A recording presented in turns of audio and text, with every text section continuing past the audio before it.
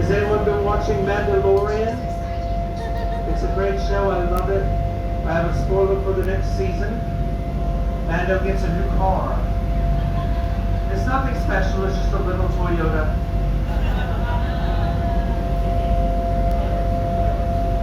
I notice in Star Wars they like to shorten things.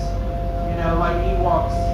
You know, like for instance, Chewie is short for Chewbacca, and Leia is short for Princess Leia, and Luke is a little short for a stormtrooper.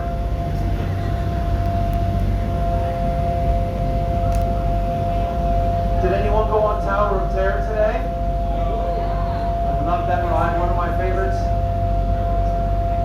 Luckily, last time I was there, I got to meet Darth Vader's sister.